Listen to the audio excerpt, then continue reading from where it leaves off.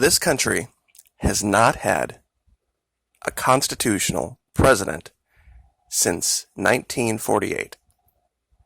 I know that is a big statement to say, but when you read Article 2 of the Constitution, it delineates clearly how electors are to be chosen. And we all know that the Electoral College chooses who the president is, not the results of any state vote. There is no national election for president. There are only 50 independent tabulations, and those aren't constitutional and aren't even required for a state to determine the slate of electors. No state is required to have an election to determine the will of its people to then determine where the electors come from. This idea that a state legislature can say, okay, we're going to have an election, and whoever wins, that party is then going to be able to choose who the electors are to go to the meeting, is completely against what Article 2 of the Constitution says. Now, prior to 1950 in this country, electors were chosen way ahead of time and were nonpartisan. And it really didn't matter what the results of the election were. Those electors would then look at the qualifications morally of the person, independent of whether they were left or right or party or whatever, and then they would go. And usually, if the person was qualified, they would then vote in the way that the people of the state did, but they're not required to. And I just want to go over Article 2 real quick and then pose a question to my audience. And for those of you that are wondering, yes, we're going to get back to Antarctica. I'll probably do one later tonight. But this is important. And I think it's very, very important to get this out a year ahead of time, because there's something nobody is seeing. And I'm going to posit that after we go over this. Clause 2 of the Constitution. Article 2, Clause 2. Each state shall appoint in such manner as the legislature thereof may direct a number of electors equal to the whole number of senators and representatives to which the state may be entitled in the Congress. But no senator or representative or person holding office or trust or profit under the United States shall be appointed an elector. Now, that means they can't choose themselves, which is interesting because there was no allowance for party consideration or giving any political party the ability to interject themselves in this process of choice. Because remember, during the big argument back during 2016, they were talking about, well, if these electors aren't going to vote in the way the people voted, then we're just going to replace them. Oh, no. The parties can't do that. The legislature chooses who the electors are, not the parties. Now, here's where this gets even a little more dicey. This is an interactive map that's at 270 to win. It only gives you three choices: toss-up, Republican, Democrat, or that. What if someone were to win a state election who wasn't a member of a party? What if an independent actually pulled it off? Who would then choose the electors? Oops.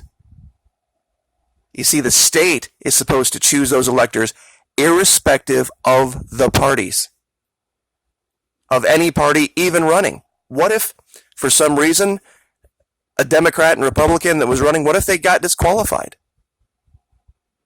What if they weren't allowed to run? How are those electors chosen? See, this is what makes all this argument about Google manipulating people's what they see on search results so that they vote a certain way so ridiculous.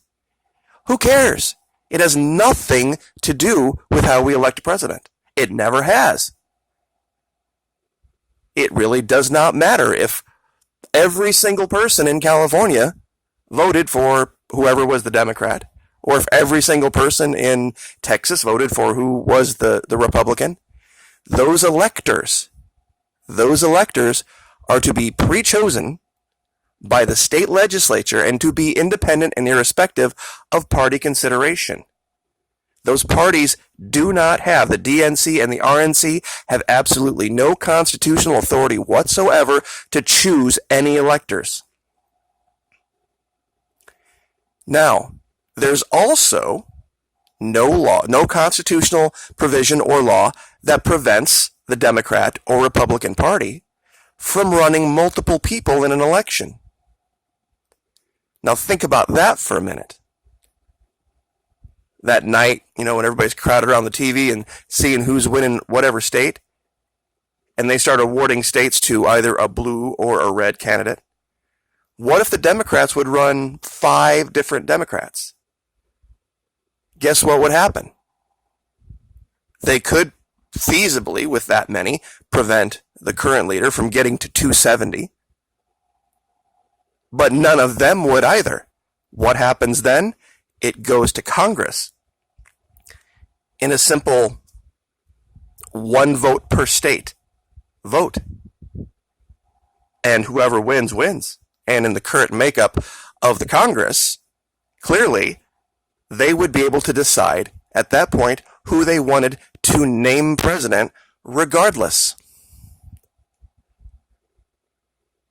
They could say, okay, we've got these 5 different people, and this person got so many, and that person got so many, and this other person got so many, and they're all Democrats, so we're all on the same team. So we're just going to name Hillary Clinton.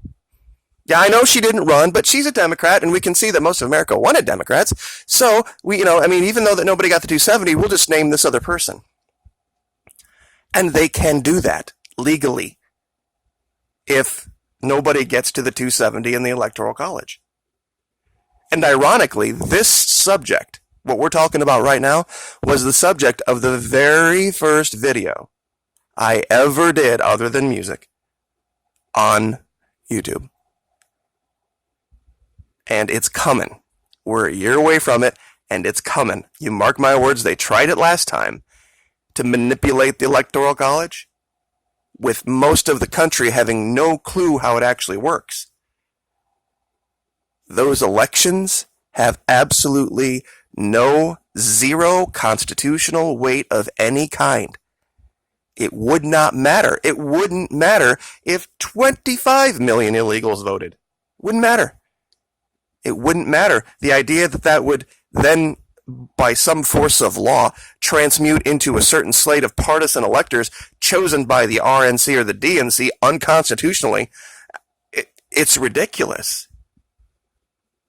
It is absolutely ridiculous that civics has not been taught in this country to the extent that we are allowing this. But ask yourself the question, what would happen if an independent would win?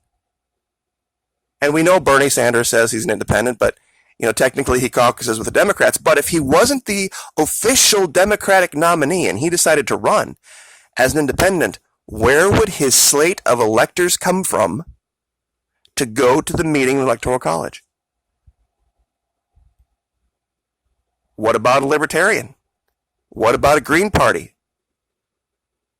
Where are their slate of electors going to be chosen from? And what color is all the mainstream media going to put up for that state? They only have, at least here at 270 to win, 2 color choices.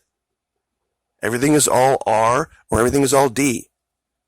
All ideas are subsumed under those 2 criminal illegal parties that have no constitutional basis or authority to do anything. That the partisan makeup of the House or the Senate has any bearance on how they govern is unconstitutional. Find for me, please, anywhere in the Constitution where it says that whichever party has more representation, then they elect something called a majority leader, or they elect something called a whip, or anything like that. It's not in the Constitution. They're just making it up as they go along. So, just wanted to cover this. I had to get this out because they're going to do it again. They're going to do it just like they did last time. Those state elections are state suggestions. In fact, maybe somebody should put up a website called Suggestion 2020. Because that's instead of Election 2020. Because really, that's the case. The vote is a suggestion. And I'll leave that there. Like, share, subscribe.